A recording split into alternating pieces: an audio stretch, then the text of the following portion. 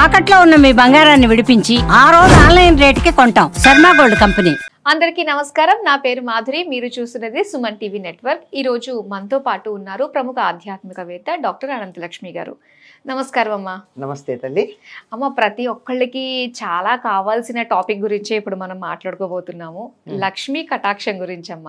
అమ్మ, లక్ష్మీదేవికి ఉప్పుకి ఏమైనా సంబంధం ఉంటుందంటారా? అలాగే సాగర మదనం జరిగినప్పుడు ఉప్పు కూడా ఆవిర్భవించింది, ఉత్పన్నమైంది అని చెప్పేసి విన్నాను నేను. అదొకటి. మరి లక్ష్మీ కటాక్షం అందరికీ కలగాలంటే ఏం చెయ్యాలి? ఉప్పుని ఏమైనా దానం చేస్తే మనకి లక్ష్మీ కటాక్షం కలుగుతుందా? లక్ష్మి సముద్రంలో నుంచే పుట్టింది, ఉప్పు కూడా సముద్రంలోంచే పుట్టింది. అంతేగాని సాగర మథనంలో పుట్టలా ఉప్పు. ఓకే. ఇప్పుడు కూడా మనం ఉప్పు తయారు చేసుకుంటున్నాం కదమ్మా. నీళ్ళలో ఉప్పు, సముద్రపు నీళ్లు తీసి మడి కట్టి దాంట్లో ఉప్పు పంట పండించుకుంటున్నాంగా కదా. అవునమ్మా. మరి లక్ష్మీదేవిని పండిస్తున్నామా? లేదు, ఉప్పుని మాత్రమే పండిస్తున్నాం.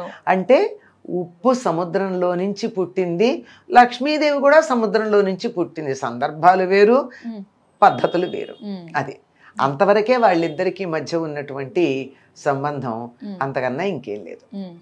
అయితే ఉప్పు దానం చేస్తే లక్ష్మి వస్తుంది, కటాక్షం వస్తుందా అంటే సాధారణంగా ఉప్పు దానం చేస్తే ఎవరు తీసుకోరు. అవునమ్మా. ఉప్పు కనీసం చేతికి కూడా అందుకోరు కదా.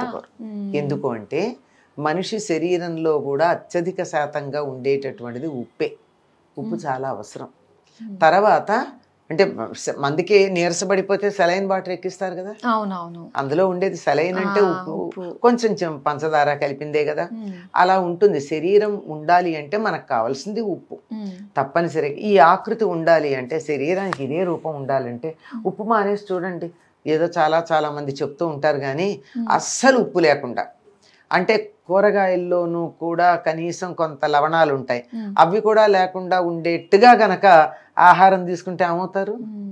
నీరసం వచ్చి పడిపోతారు. అసలు మన ఆకారం మనది ఉండదు కనుక ఒక ఆకృతి, మనకు ఒక లక్ష్మి అంటే ఆకృతికి సంబంధించింది ఉండాలి అంటే ఉప్పు చాలా అవసరం తప్పనిసరిగా.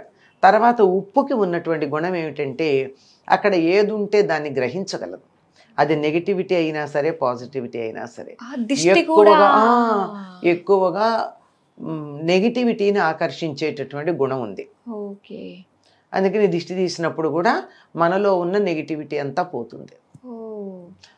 ఒకవేళ నేను మీకు ఉప్పు నా చేత్తో మీకు ఇస్తే నాలో ఉన్న నెగిటివిటీ మీకు వస్తుంది. ఇది ప్రూవెన్. ఇది ఒక మామూలుగా మూఢ విశ్వాసంతో చెప్పేది కాదు, నిరూపించబడింది. ఎందుకు అట్లా ఉంటుందంటే మన శరీరంలో ఉండేది అన్ని రకాల లవణాలతో కూడుకున్నటువంటి నీరే. మన దాన్ని ఉప్పు కూడా దాన్ని గ్రహించగలిగినటువంటి లక్షణం ఉంటుంది. అందువల్ల నేను నా చేత్తో మీకు ఇస్తే నా నెగిటివిటీ మీకు వచ్చే అవకాశం ఉంది.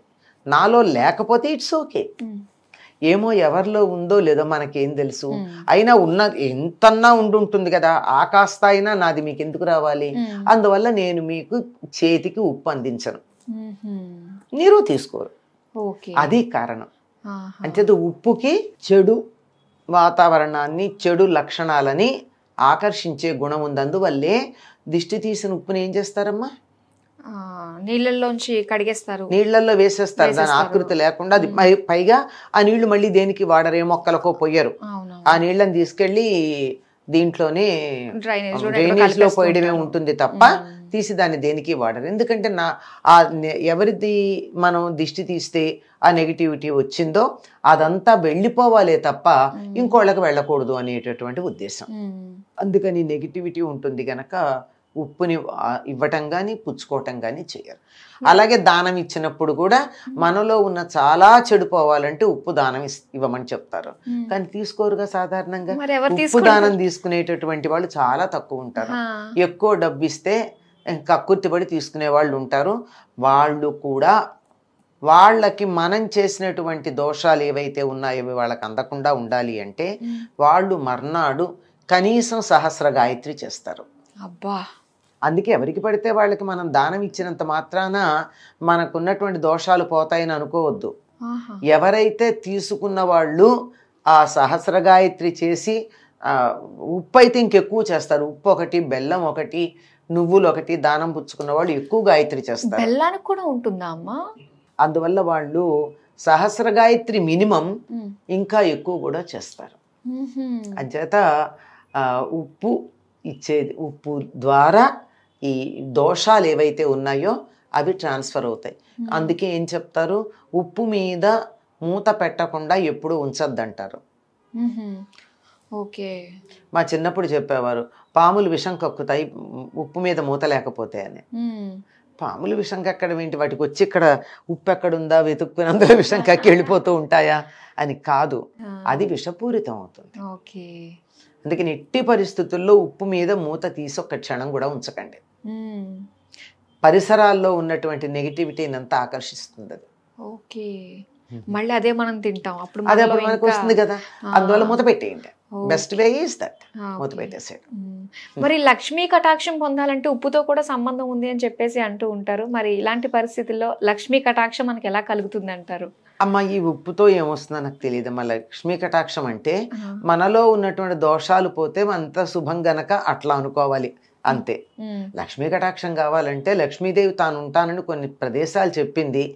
ఆవిడ ఉండే ప్రదేశాలను మనం తయారు చేస్తే ఆవిడ వచ్చి కూర్చుంటుంది. ఏమిటంటే ఎప్పుడు ఇల్లు శుచిగా ఉండాలి, మనసు శుచిగా ఉండాలి, ఇల్లు శుభ్రంగా ఉండాలి, పోట్లాడుకోకూడదు, దెబ్బలాడుకోకూడదు, నవ్వుతూ ఉండాలి, ఆహ్లాదంగా ఉండాలి, సంతోషం అన్ని పక్కల విరజిమ్ముతూ ఉండాలి. అటువంటి చోట నేను ఉంటానంది. పూలల్లో ఉంటుంది, వెన్నెల్లో ఉంటుంది, తర్వాత ఏనుగు కుంభస్థలం మీద ఉంటుంది. అవన్నీ మనం పెట్టుకోలేంగా, వెన్నెలు తెచ్చి ఇంట్లో పెట్టుకోలేం, కానీ వెన్నెలు ఇంట్లో పడేటి ఇల్లు కట్టుకోవచ్చు. అందుకే పూర్వం ఏనుగు కుంభస్థలంలో లక్ష్మీదేవి ఉంటుందంటే ఇంటికి మెట్లుంటే మెట్లకి ఇటుపక్క అటుపక్క పారపెట్ వాళ్ళకి పైన ఏనుగు తలవలాగా పెట్టేవారు, ఇలా తొండంలాగా మెట్లుండేవి. అంటే ఏనుగు మొహం ఉంది, మా ఇంటికి శుభం జరుగుతుంది అని. అట్లా శుభప్రదమైనవి దేన్ని చూస్తే పిల్లలు ఆనందపడతారో చూడండి, పెద్దవాళ్ళ మాట పక్కకు పెట్టి, అటువంటివన్నీ లక్ష్మీదేవి ఉండే స్థానాలమ్మా. వినాయకుడిని చూస్తే సంతోషపడతారు, ఏనుగుని చూస్తే సంతోషపడతారు, వెన్నెలు చూస్తే చందమామరావే అని చెప్పి అన్నం పెడతాం మనం, పిల్లలు సంతోషంగా ఉంటారు. అటువంటివన్నీ కూడా పూలు ఇవన్నీ సంతోషంగా ఉండేటటువంటివి శుభప్రదమైన మంగళకరమైన వస్తువులు, పసుపు కుంకుమ ఇత్యాదులు, మంచి గంధము, ఇటువంటి వాటన్నింటిలో లక్ష్మి తాను ఉంటానని చెప్పింది. ఇవి అధికంగా ఉండేట్టుగా మన పరిసరాల్లో చూసుకున్నట్టయితే లక్ష్మీదేవి యొక్క అనుగ్రహం ఉంటుంది. అలాగే ఉప్పు దానం చేయడంలో ఎలాంటి జాగ్రత్తలు తీసుకోవాలి, ఉప్పు మన ఇంట్లో ఉన్నప్పుడు ఎలా మనం ఉండాలి, మూత పెట్టే ఉండాలన్నారు. మూత పెట్టే ఉండాలి. ఇప్పుడు మనం మీ టేబుల్ సాల్ట్కి ఏం సంబంధం లేదమ్మా. టేబుల్ సాల్ట్ ఏమో సముద్రం నుంచి వచ్చిన ఉప్పు కాదు, అది కెమికల్ వేస్ట్, దాంతో ఏం ప్రయోజనం లేదు. ఇలాంటివి ఏమి ఉండవు, కాకపోతే అది తింటే మనకే రోగం వస్తుంది అంతే. ఓకే, ఇలాంటివన్నీ కూడా మనం అండర్లైన్ చేసుకోవాలన్నమాట. చాలా మంచి విషయాలు తెలియజేసినందుకు ధన్యవాదాలమ్మా. నమస్తే.